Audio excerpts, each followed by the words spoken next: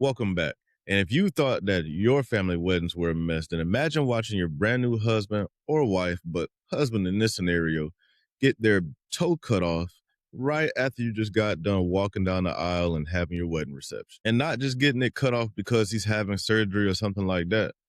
He owes a loan shark, I think, $500,000, and that man has showed up to collect. And, if he's not going to get his money, then he's going to start taking body parts. And yeah, Euphoria season 3, episode 3, The Ballad of Paladin, definitely delivered the most chaotic and unhinged episode of this season so far, at least. I'm sure we all noticed that Maddy showed up to the wedding in the same colors that she had on the same night that she had her fight with Cassie. And then we have Rue, who's gone from teenage addict to a full-blown arms dealer. And then we had an air guitar wedding dance that honestly kind of caused me some pain to watch. It was, I didn't need that. So let's go ahead and recap the madness and break down any of the hidden gems if there are any. And then let's talk about how the sheer audacity of this episode probably was working against itself a little bit. The only thing I can say is maybe Nate Jacobs got what he deserved, but let's go ahead and jump into it. The episode pretty much starts out the same way the other two did, where we get this little bit of an intro into one of the characters' lives and find out where they've been in this entire time. And it kind of catches us up to where we are now. And this time it focused on Jules, and we found out basically how she went from a art student who didn't want to be a art student to a top-notch sugar baby. And the biggest thing we learned out of that was we learned who her now primary sugar daddy is, and that's really that. And she's going to the wedding with Jules, and she likes to be wrapped in plastic.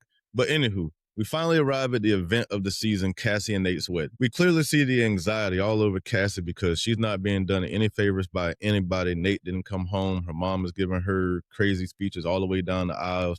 She's just having one of these anxious weddings, and she's probably not having the time of her life. And then we have Nate over here behind the scenes and sometimes in front of the scenes trying to smooth over everything because he owes a lot of money to everybody. And it seems like things are catching up to Nate, and it is time for him to pay the piper. And as we're going to learn later in the episode, Nate is going to pay the piper in more ways than one. While on this side, we have the rom-com from hell happening.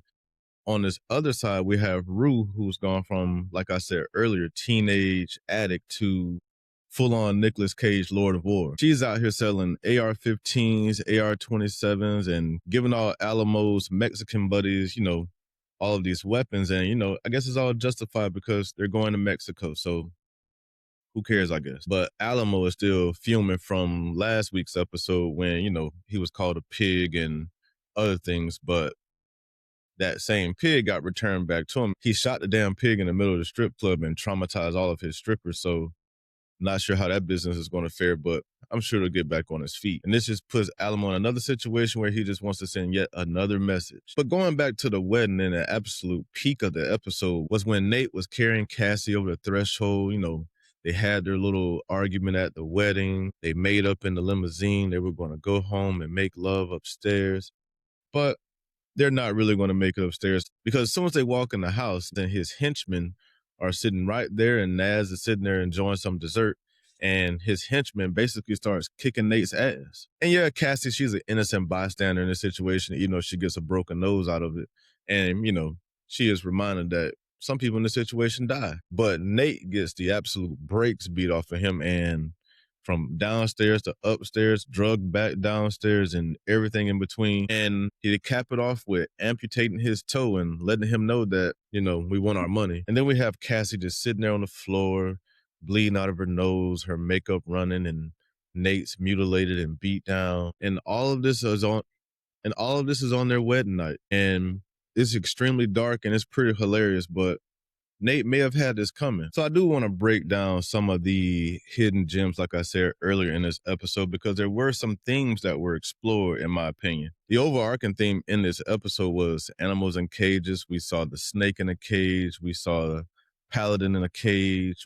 We see Jules being wrapped in plastic and trading her freedom for a penthouse. It's just this sense of everybody being trapped. And going back to paladin, because Paladin doesn't really make it out of this episode because Bishop, who is one of Alamo's guys, poisons him, before him and Rue make it out of the house with the drugs and leave. And then we had this Western motif. We even have Bishop calling himself a motherfucking cowboy at one point. We got Nate lassoing Cassie at the wedding. So there was this big Western theme as well. And I even believe the episode is named after an old TV Western. But the biggest plot moving forward in the show is going to be the whole thing with Rue now getting pulled over by the DEA and how that whole situation is going to shake out. And with that, let's talk about the execution of this episode, because this episode was okay. It wasn't as frustrating as the other two. And I do think it was a step up of the three. This is probably my favorite episode of the three. So I'm hoping that the rest of the season keeps improving as it goes. Now, I do believe Sydney Sweeney and Jacob Elordi are doing everything in their power to act their asses off. But there are places in this script, or within their storyline, I should say, that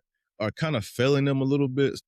Hopefully that improves as well, but I'm just not sure where their storyline is going, because it really still seems to be all over the place. We've been in the OnlyFans stage, Jake broke stage, now we're getting beat up after wedding stage, and now we have to pay back a loan shark while everybody still is looking for Jake to, I guess, come through with this deal. So it's just a lot going on, and we don't have a lot of episodes left. So I'm just not sure how the whole Nate and Cassie storyline is going to shake out. And don't you feel like Cassie is kind of bordering becoming like a cartoon character to a degree, because she's just doing all of these silly things throughout the season so far. And even in this last episode, all of the crying and boo-hooing while your husband's getting beat up, and it's just a little cartoonish to me. That's just my opinion. Let me know what you think about that. But tonally, you just get a little whiplash in this season and this episode, if you ask me, because Jules' storyline just seems like a complete gloss over. Is it really important? And then in relation to this episode, we get 20 minutes of her, and it's not really that important. Then we get dropped into a wedding and a bloodbath at the end. And then don't even let me bring up this conversation with Rue and Fesco. I thought we wrote him out in the first episode when we said that he was in prison for 30 years, but now he's back and talking about breaking out. And, I just think some things should be left alone. The only thing I will kind of say on my way out is this episode was ambitious, but chaotic. And some people may find it to be an exhausting mess. And while I thought it would have been a little bit better because they're putting the entire core back into the same room, they didn't even really interact with each other. So there was no real purpose for them to truly be in the same room with each other. And yet we continue on this journey of multiple different storylines crammed into one episode, or, each episode. But that's my take. I need to hear yours. Let me know what you guys think down in the comments. And thank you all for coming and watching this episode, and keep coming back for more. Please don't forget to like and subscribe on your way out the door. And thank you for coming, and I will see you in the next one.